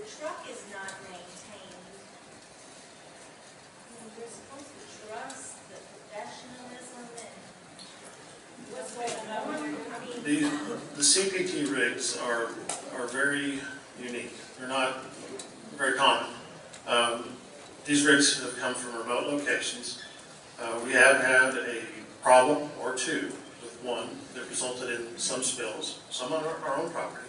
And I can assure you that when that occurs, we do everything we can as quickly as we can to clean it up. If you notice today, the rig that was operating across from the command center had a visqueen liner set underneath it. So in the future, anything that drips off that rig, we can capture and contain. Yeah, I noticed that. But it just seems that this equipment is just breaking, we're having these problems. I'm just wondering what kind of... I understand your point, and I'll remind you that Warren Buffett used to drive a 1978 pickup truck that was a beater. And he's... Well, I'm countering your point. Just because there was a leak on a rig doesn't mean that they don't know what they're doing. It's a mechanical device, and there are problems with mechanical devices. Right. One of these rigs was down south of July 2nd or 3rd, I believe. They punched a hole in the ground, and it picked up enough for the weekend. It didn't seem like the hole was still there. I took video of it. Lit a match to see if it had any gas in it. It didn't. The match didn't light. Let's put it this way, okay? That's unprofessional, okay? These people need, when you went by the highway, you see they spread this screen where people could see right down the highway. In our neighborhood, they're not doing that. They're making a mess of our neighborhood. These bed wells you're putting in right there, you're leaving the mud mats right there, it's like trash. The ones you put in by the highway, you got a nice, pretty fence around it. I know Mr. Landry is demanding that from you. We demanded that from y'all too. Get the contractors off their butts and show us a little respect, okay? It's been a year. The only time I see you is over here. Come by my house, knock on the door, I'm there. I evacuated a little while, but I'm back in there. I can't stand it anywhere except by the corner. I want you to do everything you can do and have your company do everything that you do to rectify this situation, okay? Can you please help us? And you got people in this audience that are handicapped and need to get out of there, and you don't have the wherewithal on that 875 that you're forced to pay us, that we hear every day in the newspaper from Mr. Sonny Crank. That was put in effect back in 1980 when y'all signed the permit. It's totally inadequate for anybody today to live in a motel and serve a family of 4. I wish y'all would just quit saying that, okay? You're making it sound like there's nothing but greedy people. We're not. We want to move back in our house. We want to be able to bring our grandchildren back here. We want to live our normal life like it was. We're not your enemies, okay? Don't treat us like enemies. Treat us like fellow members of the community, okay? Please help us.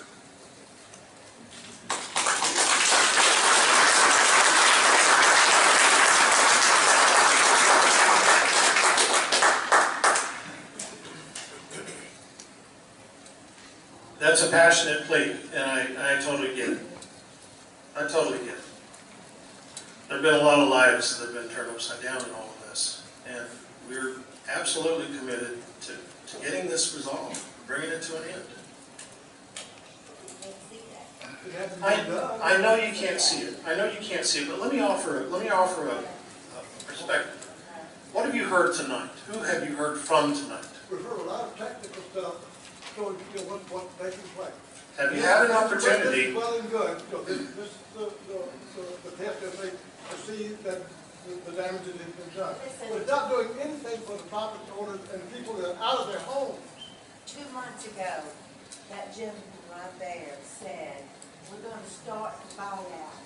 He said, I know I've heard y'all say that we're not going to treat y'all fairly.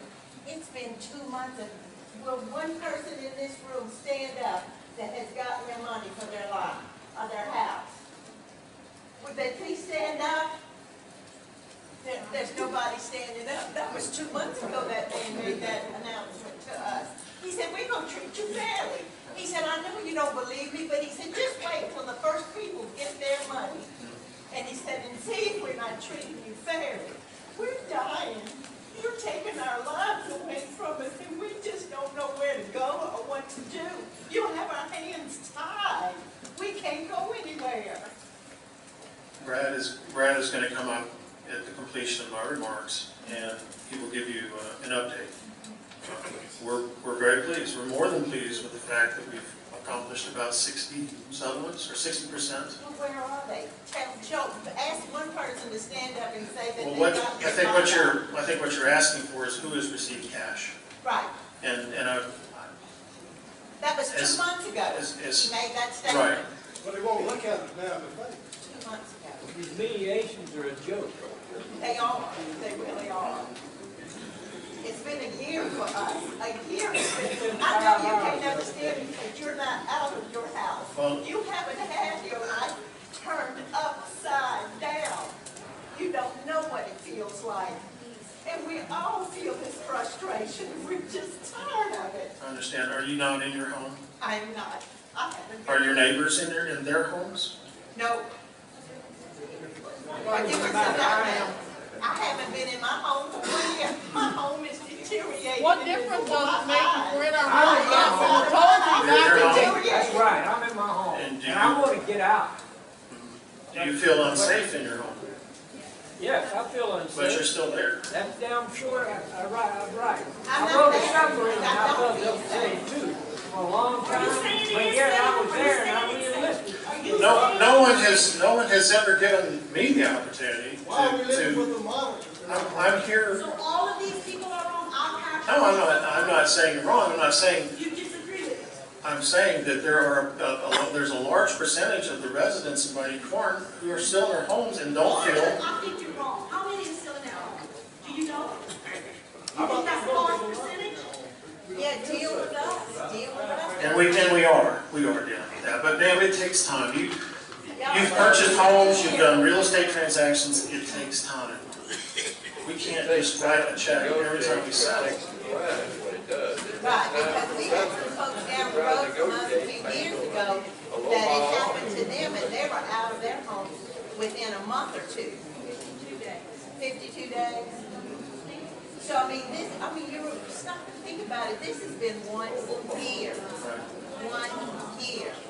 It should not take that. I agree with the lady. I think the ones that wanted to stay, that's down. The one that want to leave, that's down. I think everybody has their own priority to what they want. And they should be able to do what they want.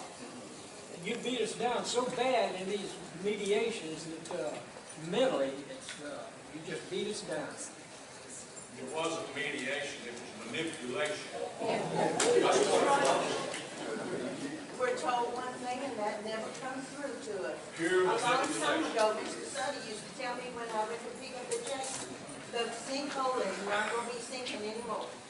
It's filled up now. It's all over with. That was way back 8 months ago. And I come another month, another story. And then, like I said, 2 months ago, everyone's starting to die out.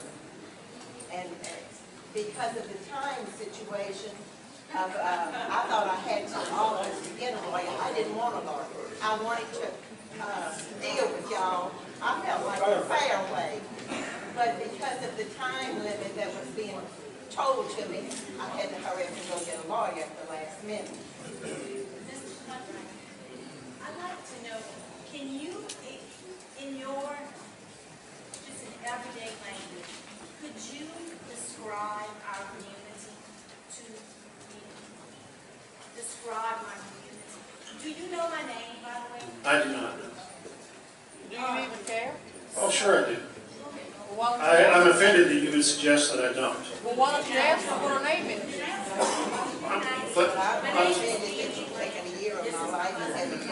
I'm sorry, I can't hear you. I would like to know if you or Mr. Sonny Cran, if one of y'all would like to stand up and just describe the dynamics of our community. What makes up Bayou Corne? Because I bet you can. Well, Tell me what makes up our community. Martin, gonna tell you, I'm gonna tell you where we are on the settlements with those people who wanted to settle, and then we're gonna. We all know what makes up my. Let me answer that question. I've had the opportunity to meet with all, you know that, and we came to check, and we talked, and we visited. We didn't visit. We didn't. But we can. Okay, well, all right, since we talked. And I honestly say that I have enjoyed meeting, and I feel that you're a great group of people. I really do. I feel, and I'm just like Mark is standing there, we are sincerely concerned about your well-being. I wish the sinkhole would fix itself. It just can't fix itself. We've got to let nature take its course. We can't change that. But my answer is, yeah, you're a close-knit community. You're made up of a variety of different people from a variety of different backgrounds. Most of you from Assumption Parish, others who have moved here. You're close, you're friends. You're like my neighborhood, you're neighbors. You help one another. And I truly understand that, and I respect every one of you. I honestly do. And so does Texas Brine. It's just that there are so many things going on, and I wish we could fix everything and fix it immediately, but we can't, and we're doing everything we can. I wish you would have stood up and said that every time we met. It might have meant something. But you know, what I was getting at, like if you really knew who we were, you would know when we talk buyouts and you give those numbers to the media, 59 out of 90, whatever, you would also know that we are a very unique community. Some of us are elderly. Some are sick. Some are campers. Some are so emotionally attached to that area. Some of us have mortgages. So we're not cookie cutter human beings. Like, let me pick him up and put him here. He's going to move there. We're not that. We're very unique. And most of us that chose to be there, that was a big choice. And now we're having to redefine our lives. And that's what I wanted to know. And I've said this to Miss Betty. I told her that I'm sorry of the turmoil this has caused in your lives, in everybody's lives. I wish we could change it. And it is what it is. And I wish I, nor Texas Brine, have the power to change that event that took place. But it's And by treating us like humans, smile at us, don't mock us, don't laugh, don't. I've never mocked anybody.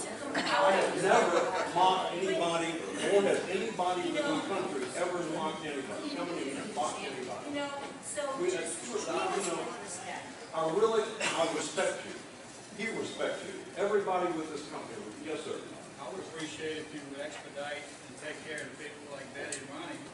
Yes. And Mr. White and Ms. Jackie, people who are others, take care of them, get them on their way, let them take care of the business and live the rest of their lives. And certainly I appreciate that. And Mr. Myers is going to tell you in just a second, there are, and Marty Trish will tell you, there are so many legal issues that are floating around. And I don't know, Ms. Betty, did you sign up for the negotiation for a buyout or a settlement? I don't know if you No, I have a lawyer. Okay. I can't fool with all that. Oh, okay. Well, I mean, obviously, you made that decision, and hopefully your attorney can deal with it. But I want to take over this meeting. But I can say with all truth and sincerity that this company, me, Mark, Brad, and everybody else has been involved. Kenneth Blanchard, Scott Bourne, the people who have worked there day in and day out throughout the entire production life of that facility. They all respect and truly admire the people in this community, and they really want the best for this community, but they also have to deal with so many other issues, and so, you know, I want to say something real quick, if you wouldn't mind if I butt in. Mr. Cartwright said his priority is fixing the sinkhole. It should be us. Yes, right.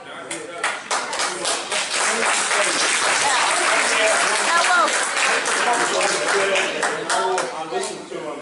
His priority is to get this gas out of the ground, just like like Dr. Hecox has said, so that this community will be safe, and we're trying to, that's the biggest priority. No, wait, I feel like fixing the sinkhole is taking care of us. Those of us that want to stay, and yes, there is, no, wait, there is a good number of us that want to stay. That means fixing the sinkhole. Get the people out first, and then you can do it. Well, but that's the problem. It seems like the people that want to buy outs and have left are not worried about what is being done now to take care of the people that want to stay. Let me interject before we get on that track. Let me tell you something.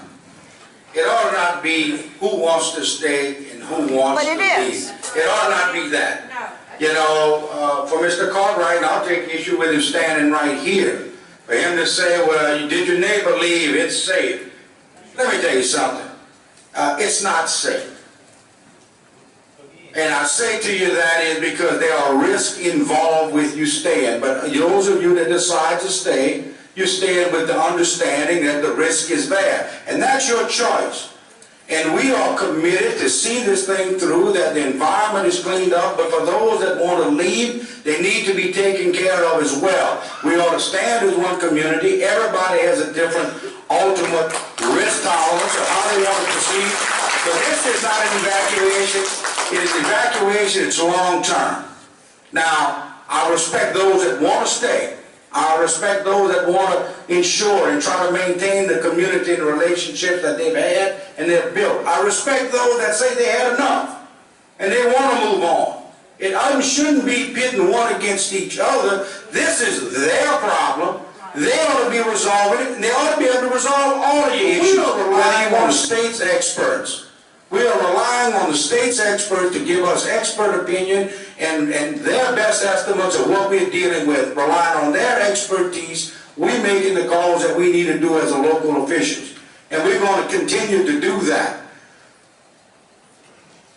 Mr. Cranch, we understand that you're the public relations guy and Will and these other people, but let me tell you, and I can tell you, you all are failing miserably. You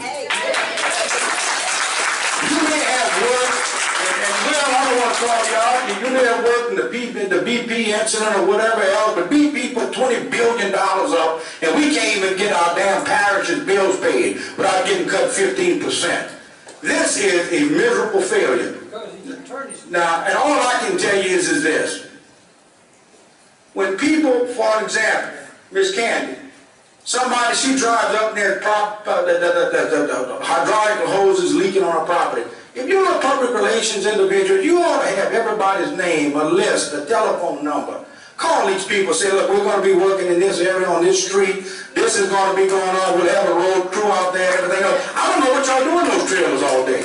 But then when John Boudreaux's there and our people are there all day, all night, trying to answer questions and call, we send a bill for John Boudreaux's time, y'all say we shouldn't pay him his straight time. And we don't get reimbursed for that. I'm just telling you, I don't know what's the public relations protocol y'all using, but I don't know where y'all got it. But, you know, it looked like some kind of Captain Kangaroo show. So, they can come here, but I don't want you all to start pitting one against each other, saying whatever. All of your needs should be addressed.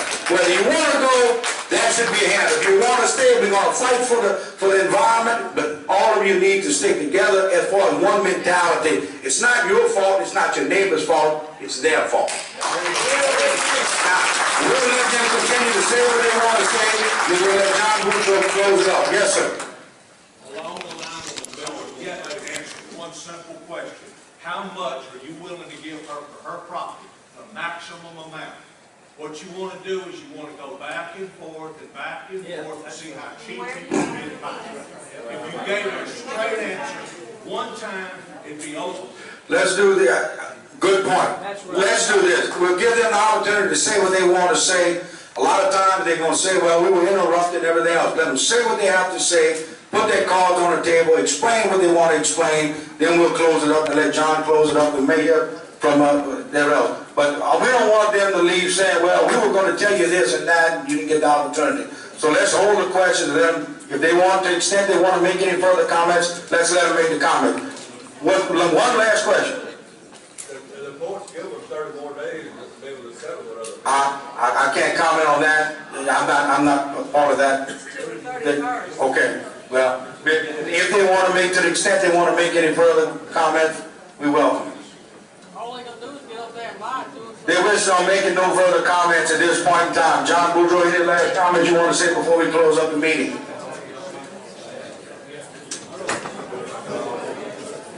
Just in closing, again, we try to keep as much information out on the blog. I continue to do that, continue to try to gather things. I want to concur with Dr. Hecox on the south side from a layman's person in my depth analysis that I did on my own. I do see that as well. There's a section on the south side that has the dead trees. It's also deeper in those areas. And so I truly concur from a layman's standpoint, not a scientist, that there's subsidence on the south side, and it continues to make changes each day. I see that. Continue to get the flyovers when we can. Weather's been a problem these past couple of weeks in getting the helicopter out. I understand we're supposed to have a little clearer weather either tomorrow or Thursday, and we hope to get that in, and we'll post that video as soon as we get it. Continue to be there. I want to admit I am taking off 4 days next week. So I do have replacements from Lafourche and Terrebonne. OEP is going to come replace me for 4 days next week. There'll be people there. Ann will be there, who is there just about every day as well. So we're not going anywhere. I just want to let people know that in case you're looking for me next week, I won't be there. But my 4 days will give me another year into this thing. So as always, email me, call me, come by the command post. We'll be there. Thank y'all.